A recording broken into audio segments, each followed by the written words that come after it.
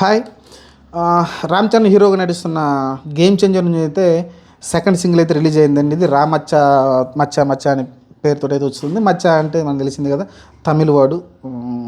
అది అందరికీ పాపులర్, ఎక్కువ మచ్చ అని పిలుచుకుంటారు తమిళనాడు కానీ ఆ ఏరియాలో కానీ. ఇప్పుడు ఆంధ్రప్రదేశ్లో కూడా కొంతమంది దానికి అలవాటు పడుతున్నారు, ఆ మచ్చ అనే దానికి వాడికి. మరి దాని పేరు మీద అయితే పాట అయితే రాబోతుంది. మరి ఆ పాట ఎలా ఉంది ఏంటనేది చూడాలి. ఎందుకంటే రిలీజ్ అయిన కొద్ది క్షణాల్లోనే ఎక్కువ వ్యూస్ అయితే సంపాదిస్తూ ఉంది ఓ పక్కన అయితే పాట అయితే. కానీ నేను విన్న తర్వాత నాకు అనిపించింది ఏంటంటే అంత క్యాచీగా లేదు. నాకు అంత ఫస్ట్ పాట కూడా అంత క్యాచీగా అనిపించలేదు, ఈ పాట కూడా అంత క్యాచీగా అనిపించలేదు. మరి శంకర్ సినిమాలలో కొంచెం సాంగ్స్లో కొంచెం వెలితి కనిపిస్తుంది మనకైతే.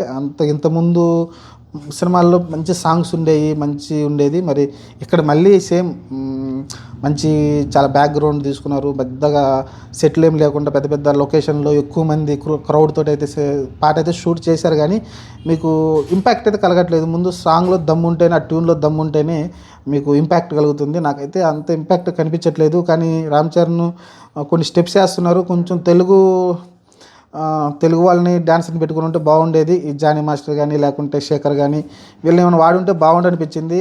ఆచార్య అనే అతను హిందీ అతను చూసి మనకు తెలిసిందే, చాలా స్టెప్స్ అయితే మూవ్ చేస్తారు. కానీ అంత స్టైలిష్గా చేయగలరు, కానీ అంత గ్రేస్ఫుల్గా స్టెప్స్ అయితే అతను కొరియోగ్రాఫ్ చేయలేడు. కానీ అక్కడ చూస్తే మీకు అర్థమవుతుంది, కొన్ని స్టెప్స్ అయితే నాకు అంతగా ఏందో కొంచెం పట్టకపోయినట్టు, కొంచెం టైట్గా ఏదో కండలు పట్టిపోయినట్టు స్టెప్స్ వేసినట్టు కనిపించింది నాకైతే స్టెప్స్ పరంగా చూస్తే.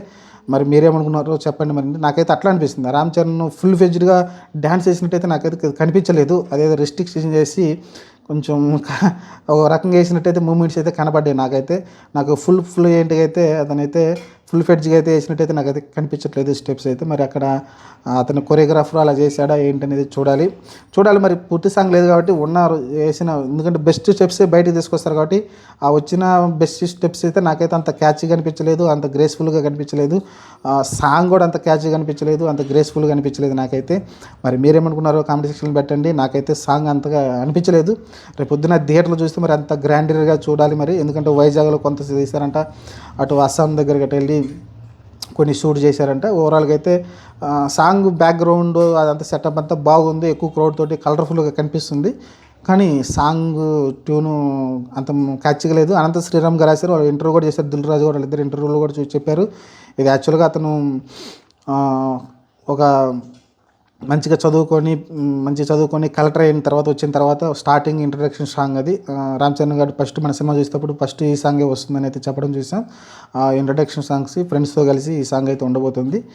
మరి చూద్దాం, మరి థియేటర్లో చూసినప్పుడు ఈ సాంగ్ ఎక్స్పీరియన్స్ ఎలా ఉంటుందో. మరి ఏమైనా దాచారేమో స్టెప్స్ ఏమన్నా లోపల.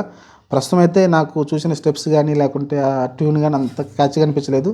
నేను మంచి ఇయర్ ఫోన్సే వాడాను, అయినప్పటికీ నాకు అంతగా క్యాచింగ్ ఏమి అనిపించలేదు. చూద్దాం మరి ఏం జరగబోద్దో. మీరేమంటున్నారు కామెంట్ సెక్షన్లో పెట్టండి. ఈ సాంగ్స్ పైన ఫస్ట్ సాంగ్ వచ్చింది, అది నాకు అంతగా అనిపించలేదు. నాకు ఒక రకంగా దీనికన్నా అదే బాగుంది అనిపిస్తుంది. ఇప్పుడు వినంగా ఆ సాంగ్ ఫస్ట్ సాంగే మంచిగా అనిపిస్తుంది. మరి ఈ సాంగ్ కూడా వినే కొద్దీ ఏమన్నా మంచిగా అనిపిస్తుందో చూడాలి. చూద్దాం ఏం జరగబోద్దో.